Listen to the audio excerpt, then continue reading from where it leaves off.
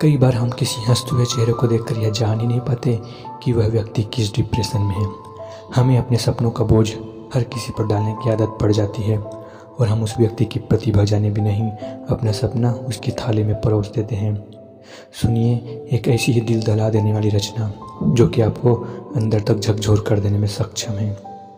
यह कहानी 2 पार्ट में आएगी, आप दोनों पार्टों को ज़रूर सुनिएगा और एक अनुरोध आपसे है कि आप यह कहानी को अपने पेरेंट्स को ज़रूर सुनाइएगा। तो चलिए शुरू करते हैं सुसाइड नोट पार्ट 1।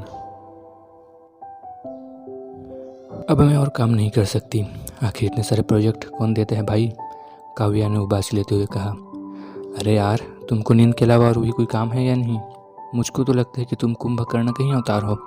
निहारिका इतना कहकर हंसने लगी। नहीं, ऐसा नहीं है यार, अब तुम ही बोलो भला, इतना काम ये कॉलेज वाले देते ही क्यों हैं, जबकि इनको अच्छे से पता होता है कि इस जगह बच्चा एंजॉय करने आया है। काव्या बोली। ठीक है, अब कर लो प्रोजेक्ट पूरे। कॉलेज में तुम्हारा लेक्चर सबमिट नहीं होगा बल्कि प्रोजेक्ट लिया जाएगा, निहारिका बोली। दोनों सहेलियां फिर से अपने काम में लग गईं। इन दोनों की मुलाकात ऐसी ही अचानक कॉलेज में लड़कियों के हॉस्टल में हुई, जब दोनों को कॉलेज की तरफ से एक ही कमरा अलॉट किया गया। शुरू में तो दोनों के बीच ज़्यादा गहरी मित्रता नहीं थी, पर धीरे धीरे दोनों को पता ही नहीं चला कि कब वो आम दोस्त से बेहद खास दोस्त बन गई। काव्या, जो कि दिखने में बेहद खूबसूरत थी, गोल चेहरा, हर वक्त होंठों पर एक मुस्कान, स्वभाव में बेहद चंचल, हंसमुख और अपनी बातें खुलकर बोलने वाली लड़की थी। वही निहारिका इसके बिल्कुल ही विपरीत, शांत, शालीन, उसे एक दायरे में रहकर ही सबसे मिलना पसंद था। शायद दोस्ती का दस्तूर यही है कि वो 2 विपरीत लोगों के बीच में ही टिकती है, इसलिए वे दोनों कब एक दूसरे के हमदर्द बने इसका भी उनको कोई होश ही नहीं रहा। कॉलेज का आखिरी साल चल रहा था और दोनों को पढ़ाई पर अधिक से अधिक ध्यान देना था। निहारिका और काव्या अपनी पढ़ाई को लेकर हमेशा सतर्क रहती थी। दोनों कॉलेज के हर उत्सव में बढ़ चढ़ कर हिस्सा भी लिया करती थी और जीतती भी थी। काव्या को इन सब में कम दिलचस्पी थी, पर दोस्ती के आगे वो हमेशा हार जाया करती थी। एक दिन कॉलेज में लेक्चर समाप्त होने के उपरांत काव्या और निहारिका साथ में हॉस्टल जा रही थी। दोपहर भी काफ़ी हो चुकी थी और उनको भूख भी बहुत तेज़ लग रही थी। दोनों ने कैंटीन जाकर खाने का विचार किया, तभी पीछे से एक आवाज़ सुनाई दी। अरे रुको तो सही काव्या, ये लो तुम्हारी नोटबुक और शुक्रिया मेरी मदद करने के लिए। आज अगर तुम मुझे अपना नोटबुक नहीं देती तो मुझे टीचर से बहुत डांट पड़ती। थैंक्स अलॉट यार, हर्ष ने कहा। अच्छा ऐसा था क्या? अगर मुझको पहले से ही पता होता कि तुमको सर से मार पड़ेगी तो मैं तुमको ये नोटबुक कभी नहीं देती, काव्या ने हर्ष से कहा और वे तीनों खिलखिलाकर हंस पड़े। हर्ष, तुम भी हमारे साथ चलो, हम कैंटीन जा रहे हैं खाना खाने, निहारिका ने हर्ष से कहा। हाँ ज़रूर चलो, हर्ष ने कहा, लेकिन बिल तुम भरोगे, काव्या ने हर्ष की चुटकी लेते हुए कहा। अरे यार बस कर, कितना परेशान करेगी लड़के को, मैं तो खाने जा रही हूँ क्योंकि काव्या का पेट तो बातों से ही भर जाएगा, निहारिका ने कहा। नहीं ऐसा नहीं है, चलो हर्ष, वरना इस पेटू का कुछ भरोसा नहीं, कैंटीन का सारा खाना खा जाए और हम दोनों भूखे ही ना रह जाएं, काव्या ने कहा। तीनों हंसते हुए कैंटीन की तरफ चल पड़े। तीनों ने कैंटीन जाकर खाना खाया। तभी खाना खाते हुए हर्ष से बोला, मैं सोच रहा हूँ एग्ज़ाम सर पर आ रहे हैं, क्यों ना हम तीनों साथ मिलकर पढ़ाई करें, इससे जो टॉपिक क्लियर नहीं होगा वो भी समझ आ जाएंगे और तैयारी भी अच्छी हो जाएगी। क्या कहती हो तुम दोनों? अरे कहाँ आ गया एग्ज़ाम, तुम्हारा सिर तो मुझे खाली दिखाई देता है, काव्या ने हर्ष की बातों का मजाक बनाते हुए कहा और हंसने लगी। तुमको कभी किसी चीज़ की फिक्र होती भी है या नहीं, हर वक्त सिर्फ मजाक, हर्ष ने गंभीर होते हुए कहा। हाँ सही बोला हर्ष तुमने, ये बहुत बिगड़ गई है। तुम सुनो, मुझे मंजूर है कि हम तीनों साथ मिलकर पढ़ाई करेंगे और अब इसकी राय लेने की बिल्कुल भी ज़रूरत नहीं है, निहारिका ने कहा। अरे यार, अभी मोहतरमा फैसला कर ही चुकी है तो मैं क्या कहूँ, काव्या ने सर पर हाथ रखते हुए कहा। ओके, तो आज से शाम 3 बजे से 6 बजे तक हम रोज़ लाइब्रेरी में पढ़ाई करेंगे और फिर घर जाकर उसे दोहरा भी लेंगे, और अगर कुछ समझ ना आए तो अगले दिन मिलकर एक दूसरे को फिर से समझ भी लेंगे या फिर टीचर की भी मदद ले सकते हैं। क्या कहती हो फिर तुम दोनों, हर्ष ने कहा। अरे पागल हो तुम, इतनी देर तक पढ़ाई, आखिर चाहते क्या हो, मैं पागल हो जाऊँ? ना बाबा ना, मुझसे ना हो पाएगा, ऐसा भी क्या जुनून पढ़ाई का कि पागल ही हो जाओ, काव्या ने कहा। हाँ बेटा, तुम तो बोलो ही मत, 2 साल से क्लास में टॉप जो कर रही हो, हर्ष बोला। नहीं ऐसा बिल्कुल भी नहीं है, मैंने कभी टॉप करने के लिए पढ़ाई करी ही नहीं, न जाने अच्छे नंबर कैसे आ जाते हैं, मुझे तो लगता है कि टीचर के चश्मे का नंबर बढ़ गया है, ये बोलकर काव्या तेज से हंस दी। चुप रहो, अब बहुत मजाक हो गया, हर्ष ने काव्या से कहा। अभी कहाँ, काव्या बोली। चुप रहो तुम दोनों, जब देखो तब लड़ते ही रहते हो। अब ध्यान से सुनो, ये तय हुआ कि आज से रोज़ शाम को हम तीनों लाइब्रेरी में मिलकर पढ़ाई करेंगे। ओके, समझ आया, निहारिका ने कहा। मिल तो तुम दोनों रहे हो, मुझको तो ज़बरदस्ती लाया जा रहा है। हे भगवान, कहाँ हो? देखो तो ज़रा कितना अत्याचार हो रहा है मुझ पर। पहले कॉलेज के लेक्चर, फिर लाइब्रेरी में पढ़ाई और फिर घर जाकर रिविजन भी। क्या यही दिन देखने के लिए मैं कॉलेज में आई थी? काव्या ने आसमान में देखते हुए कहा।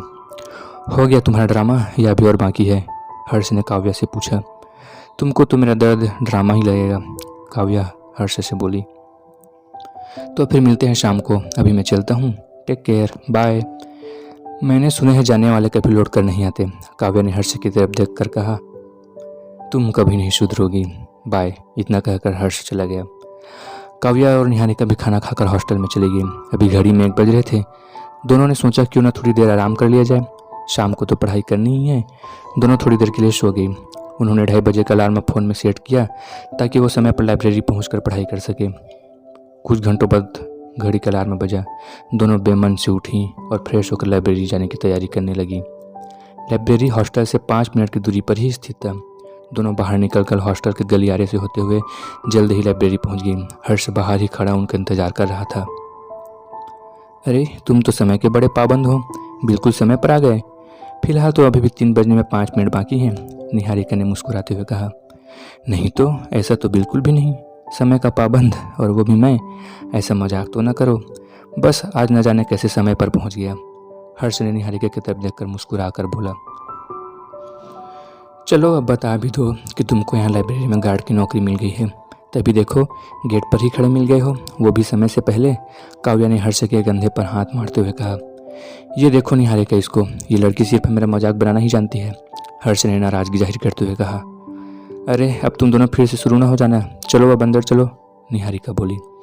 तीनों ने लाइब्रेरी के अंदर प्रवेश करा और किताबों को ढूंढने लगी। यूं ही नोक झोंक करते और साथ में पढ़ाई करते हुए पता ही नहीं चला कब परीक्षा के दिन आ गए। तीनों ने बहुत ही लगन के साथ पढ़ाई करी थी। परीक्षा लगभग सभी बच्चों की अच्छी हुई थी। परीक्षा का परिणाम जैसे ही आया, हर्ष दौड़ते हाँफते निहारिका व काव्या के पास पहुंचा और बोला, तुम दोनों ने रिजल्ट चेक करा? नहीं, अभी नहीं करा। आ गया रिजल्ट? क्या रहा परिणाम? निहारिका ने थोड़ा परेशान होते हुए पूछा। खुद ही देख लो, हर्ष बोला।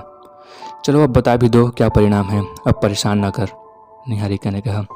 अच्छा तो सुनो, इस बार की टॉपर हैं। क्यों बताऊं? पहले मिठाई लाओ, हर्ष बोला। तुम बता रहे हो या नहीं? पीछे से काव्या की आवाज़ आई। उसके हाथ में कपड़ों का गट्ठर था। बाहर बारिश शुरू हो गई थी।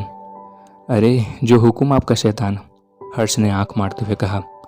तो चलो जल्दी जल्दी रत्तू टोटो की तरह बता दो क्या रहा परिणाम, काव्या ने कहा।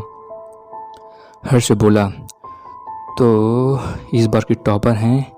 मन तो नहीं है कि इतनी आसानी से बता दूं, पर फिर भी सुनो, टॉपर हैं हमारी मिस काव्या। और फिर हर्ष ने काव्या को गले से लगा लिया।